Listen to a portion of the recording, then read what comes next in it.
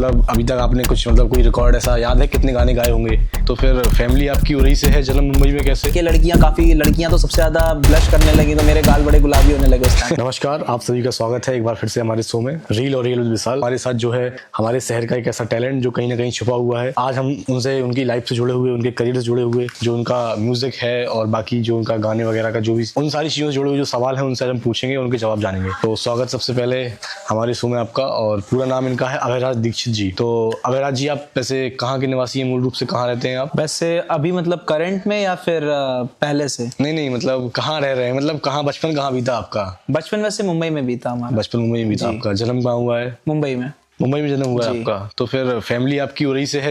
उन्होंने अपनी फैमिली वगैरह फिर वहीं पे सेटल की सारी। तो फिर वहीं मेरा जन्म। पिताजी को वहाँ सफलता नहीं मिली उतनी, उस हिसाब से नहीं मिली। हाँ। कुछ लोग थे कि जो आपको पता है कि मतलब बॉयकॉट करते हैं थोड़ा सा, है ना, जब कोई जाता है नया इंसान। मतलब उनका एक सर्कल होता है। हाँ, बाइलिंगुअल या फिर स्टेट मतलब अलग है, तो उस तरीके से तो फिर ना नहीं कर पाए। बट उन्होंने फिर मुंबई रहने का सबसे बड़ा उनका फैसला था कि हमारा मेनली मैं कि मतलब मेरी परवरिश वहां पे हो, जिससे कि मैं और चीजें सीख सकूं, मैं बेटर तरीके से वो सारी चीजें। अच्छा, जैसे कि मैंने आपके व्यक्तिगत रूप से कई आपके गाने सुने, कई आपके म्यूजिक एल्बम जो है वो देखे, तो कहीं ना कहीं आपकी आवाज में एक मतलब वो लगता है कि इनहेरिटेड है, मतलब अनुवांशिक कुछ है ऐसा आपको लगता है, फील होता है? आपकी मेहनत का नतीजा है? क्या लगता है आपको? जैसे मतलब जिंदगी में हर कलाकार के साथ ये ऐसा होता है कि जैसे जैसे उसकी जिंदगी में जो जो चीजें घटती जाती हैं, तो फिर वो उसी हिसाब से गाने लिखता जाता है, उसी सिचुएशन पे वो सोचता है, तो फिर उसके वजह से फिर वैसे ही गाने उसके जैसा इंसान का कैरेक्टर बनता जाता है, फिर वैसे ही उससे वैसे गाने बनते हैं, वैसे ही काम। नहीं, आपका पिताजी का जो जीवन रहा, उसमें जो संघर्ष रहा, क्या उससे मतलब आपको लगता है कि कोई आपके जीवन पे उसका प्रभाव है, या आपको कुछ फायदा मिला उसका, है नुकसान है उसका, कुछ क्या है, मतलब क्या लगता है? नुकसान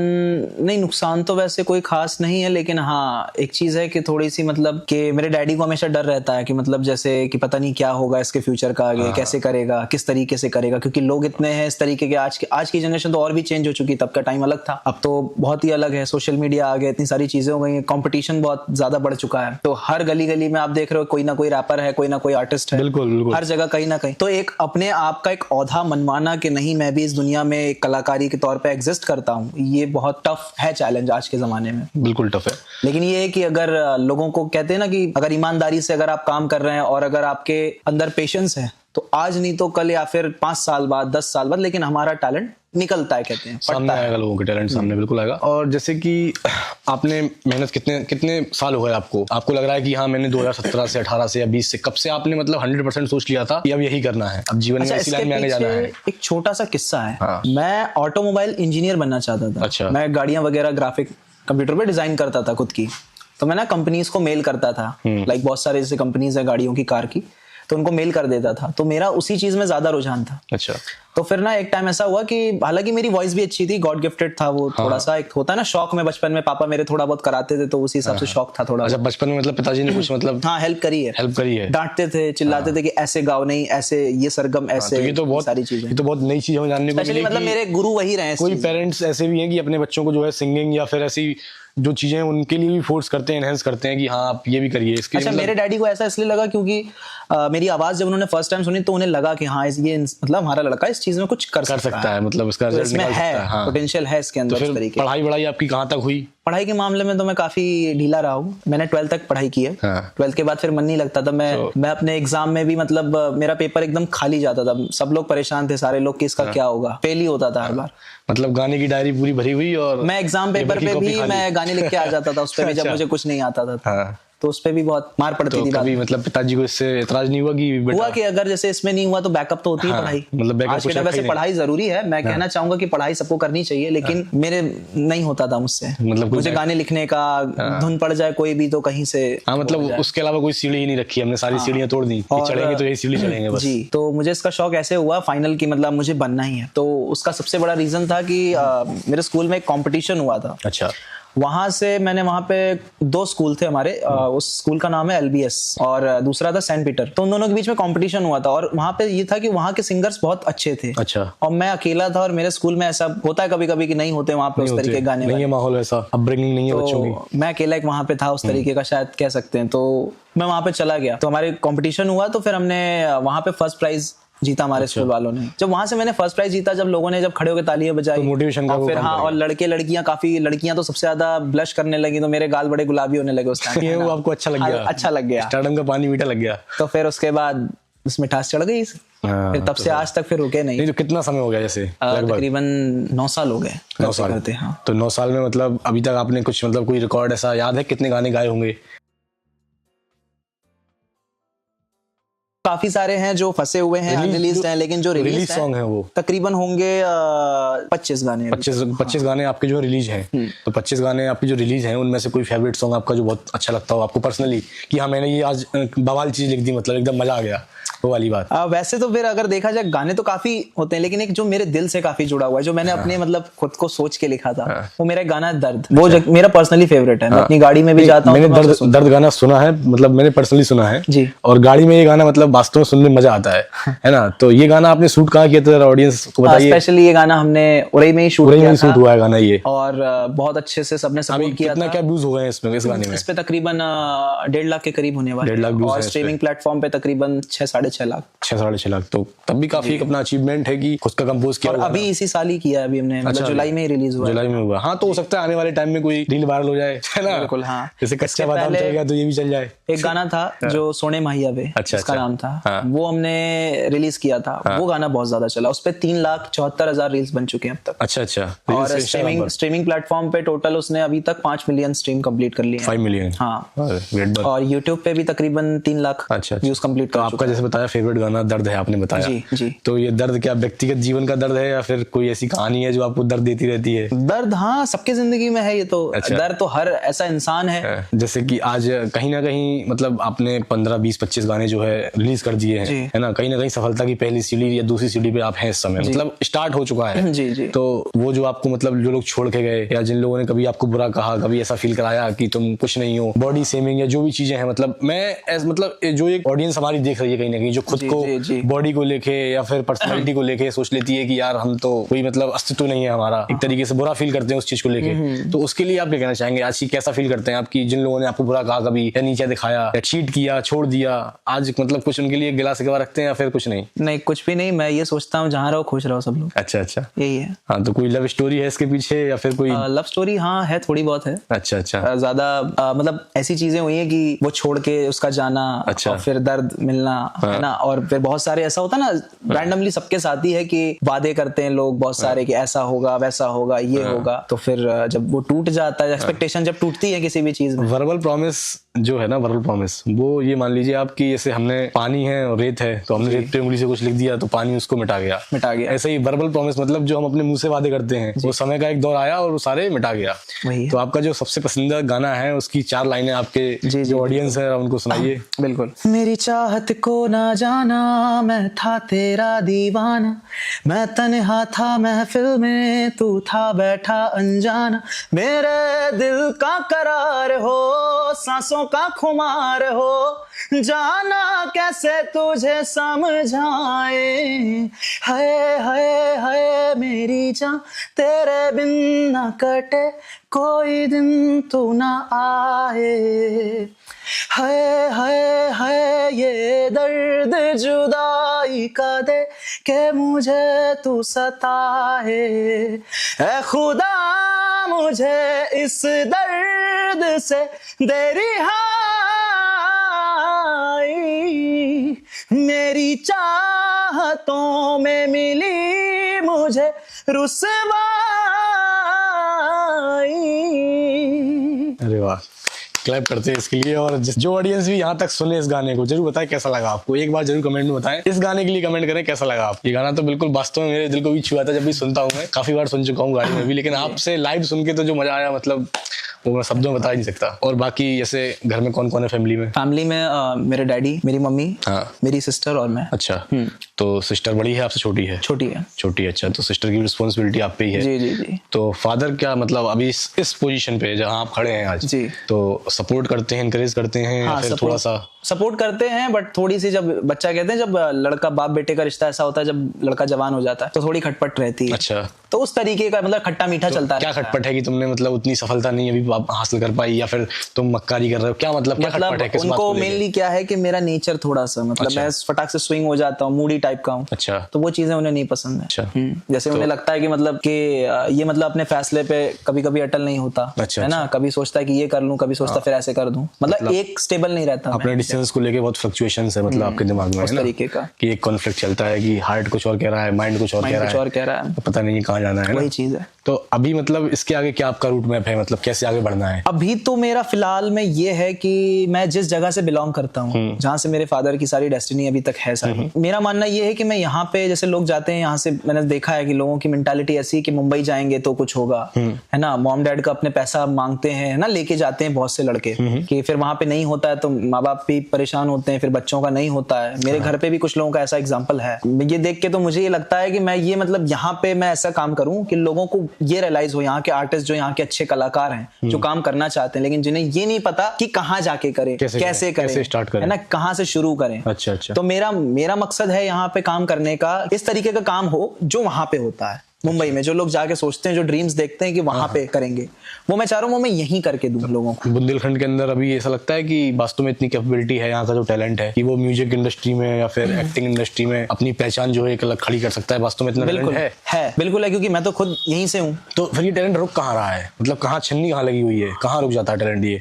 क्या बैरियर्स है, मतलब एक आर्टिस्ट ये रुक यहाँ पे जाता है कि जैसे एक मिथ एक बन जाती है, जैसे नशा होता है, एक मिथ होती है किसी चीज की आदत, तो एक मेंटालिटी बैठ गई कि मुंबई एक महानगरी है, मुंबई एक सपनों का शहर है, तो वो जो सपना है वो इंसान को यहाँ काम नहीं, वो यहाँ पे ये लगता है कि यार ये चार गली में क्या करें। अच्छा ये बताइए, आप 9 साल का एक्सपीरियंस हो गया आपको, 9 साल हो गए आपको इस इंडस्ट्री में आए हुए, ठीक है जी। तो 9 साल में मतलब कुछ अर्निंग सेल्फ अपना जो खर्चा है वो खुद चल रहा है या फैमिली से भी लेना पड़ रहा है? नहीं, फैमिली से तो नहीं लेना पड़ रहा है, नहीं लेना पड़ रहा है, मतलब अभी अच्छा चल रहा है ठीक और फैमिली को उल्टा जा रहा है, सपोर्ट कर पा रहे हैं फैमिली। अच्छा तो अभी कोई कंपनी से टाई अप वगैरह ऐसा कुछ, क्या मतलब रेवेन्यू शेयरिंग यूट्यूब पर, ये इन्फॉर्मेशन जो है वैसे तो बहुत प्राइवेट इन्फॉर्मेशन है, लेकिन मतलब मैं जानना चाहूंगा, हमारी ऑडियंस जानना चाहेगी जो यूट्यूब पे भी काम स्टार्ट कर रहा है, मैं भी काम स्टार्ट ही किया यूट्यूब पर। अच्छा तो रेवेन्यू जनरेट जितना होता है मतलब, तो कुछ आइडिया इसका कि हाँ 1 मंथ में इतना जनरेट हो जाता है, या कंपनी कितना शेयर देती है आपको?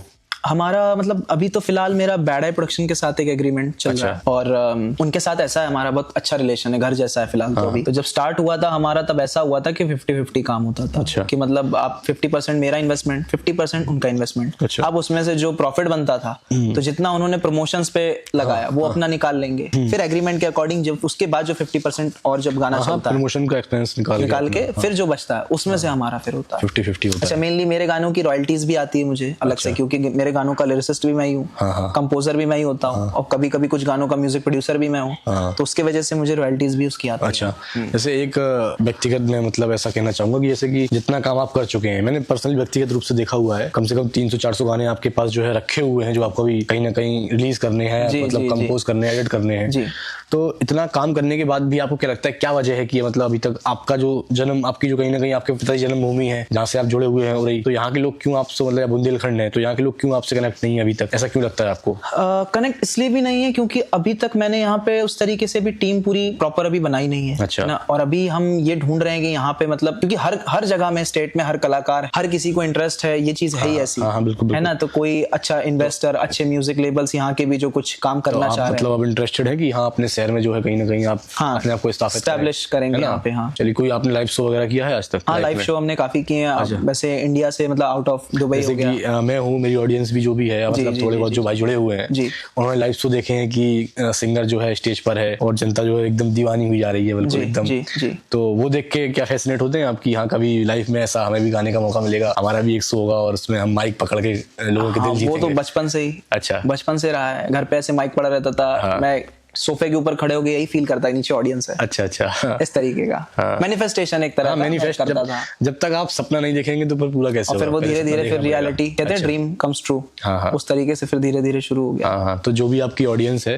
जो कहीं ना कहीं से भी आपको ऑल ओवर इंडिया या मैं कह रहा हूँ ग्लोबल लेवल पे कहीं से भी आपको देख रही है ना, तो आपने जो है अभी तक मैंने देखा कि ज्यादातर गाने जो है कहीं ना कहीं इमोशनल, सैड, लव सॉन्ग किए हैं। तो ये आपका जो टेस्ट है, मतलब आप इसी मतलब पैटर्न पे गाने आने वाले आएंगे या फिर थोड़ा चेंज होगा पैटर्न, और भी कई पैटर्न पे ट्राई करेंगे आप? मैं करता तो हूँ, मैंने बीच बीच में एक्सपेरिमेंट्स किए हैं, हाँ। बट लोगों को मजा नहीं आता। मजा नहीं आया, लोग मेरे से ना एक इस इमोशनल सैड वाले गानों के साथ कनेक्ट हो चुके हैं। अच्छा। और कनेक्ट फील भी करते हैं बहुत ज्यादा। और जब मैं ऐसे वैसे गाने लाता हूँ थोड़े से डांसी टाइप के, है ना, वैसे पार्टी लाइक ट्रैप, तो फिर ना ऐसा हो जाता है कि फिर लोग सुनते नहीं, फिर कहते हैं ये क्या बना दिया, ये मजा नहीं आया। भाई आप वही लेके आओ जो आपका अपना एरा है। तो फिर हमें फिर वही बनाना पड़ता है लोगों के लिए, क्योंकि ऑडियंस जैसा कहेगी वही करना पड़ेगा। म्यूजिक इंडस्ट्री है जैसे कि मान लीजिए, है ना, तो अब उरई में भी है अपना बुंदेलखंड है जी, तो यहाँ से तमाम क्रिएटर्स हैं, मतलब जिनका एक फैन बेस है अच्छा खासा, या उनके पास टैलेंट भी है, इनको टैलेंट नहीं है, क्योंकि किसी को जज करने का हमारा कोई जी वो नहीं है सिनेरियो कि हम किसी को जज करें टैलेंट कितना है। बिल्कुल सही बात। किसी की हमसे तारीफ बनेगी तो हम तारीफ कर देंगे, लेकिन बुराई करने का अपना कोई वो नहीं है कि हम किसी को बताएं कि टैलेंट है नहीं। सही बात है। तो जैसे कि यहाँ का जो म्यूजिक कल्चर है, अभी तक आपने मतलब उसको वास्तव में अपने कानों से सुना है जी, तो मतलब आपको क्या लगता है कि वो सिर्फ कहीं ना कहीं एक तरीके से फूहड़बाजी है या फिर ठीक ठाक काम हो रहा है, क्या लग रहा है आपको? आज का टाइम ऐसा है कि देखने का सीन है, जैसे कि एक गाना भी रिसेंट एक वायरल हुआ था यहाँ से, बहुत पहले। तो उसी तरीके से जब यहाँ पे भी जो कुछ आर्टिस्ट हैं, तो उन्होंने देखा तो उन्हें भी लगा कि हम भी ऐसा कुछ बनाएं, है ना। आपने वो वीडियो देखी होगी डेफिनेटली जो वायरल हुई थी यहाँ पे। बिल्कुल।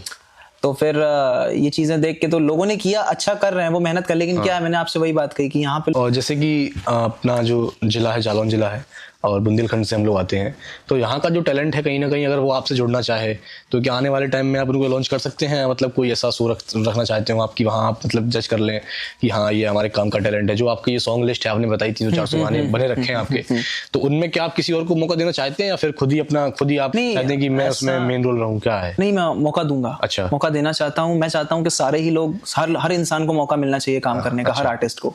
तो अगर अच्छे आर्टिस्ट अगर कहेंगे कि हाँ काम करना है, अगर मौका मुझे मिलता है अगर उनके साथ काम करने का, तो मैं बिल्कुल करूंगा। जैसे कि अभी आपका टाइप चल रहा है, जो आपने बताया कि हाँ एक म्यूजिक कंपनी है उसका टाइप चल रहा है, तो आने वाले टाइम में क्या हम देख सकते हैं कि आप अपना जो है खुद का एक चैनल ग्रो करना चाहेंगे, या फिर अपना जो ऑडियंस है, अपना जो अपने शहर का ऑडियंस है कहीं ना कहीं वो आपसे कनेक्ट करे या आपको समझे? तो ऐसा कुछ मतलब क्या कोई प्लान है आपका आगे सिनेरियो, या फिर अभी कंपनी के साथ टाइप ही चलने का मतलब? नहीं, हमारा एक प्लान है कि अभी मेरा, जैसे मैं मुंबई से यहाँ पे आया, ऐसा है कि अभी हमने सोचा है कि यहाँ पे भी मतलब एक रैकेट लेबल स्टार्ट किया जाए, छोटा सा स्टार्टिंग उस पे करी जाए, फिर मैं अपने गाने उस पे भी लॉन्च करूँ। तो फिर जो नए आर्टिस्ट हैं वो भी अपने गाने उस पे रिलीज करें, डिस्ट्रीब्यूशन प्रमोशन वो हमारी कंपनी जो हम एस्टैब्लिश करेंगे उसको धीरे धीरे, तो फिर करेंगे धीरे धीरे यहाँ के आर्टिस्टों को भी अप्रोच करके। इस तरीके से मेरा प्लान है, तो उसमें हमें भी फायदा है और भी आर्टिस्टों को फायदा है। अब जैसे कि मल्टीपल आर्टिस्ट हैं, कहीं ना कहीं उनका ड्रीम है कि वो मुंबई जाकर काम करें, काम सीखें, वहाँ की जो लाइफ है कहीं ना कहीं फिल्मी दुनिया हम बोलते हैं, वहाँ जाकर अपना जो अनुभव है उसको बढ़ाएं या बेहतरी करें अपनी, जो उनकी आर्ट है, म्यूजिक है या फिर एक्टिंग है, जो भी है। आप मुंबई से लौट कर यहाँ आए हैं, तो ये कुछ मतलब उसका सबसे बड़ा रीजन है मुंबई के अंदर, मैं मतलब खराब नहीं कहूंगा किसी को, कोई खराब नहीं है, कोई किसी को हम अच्छा बुरा जज नहीं कर रहे, लेकिन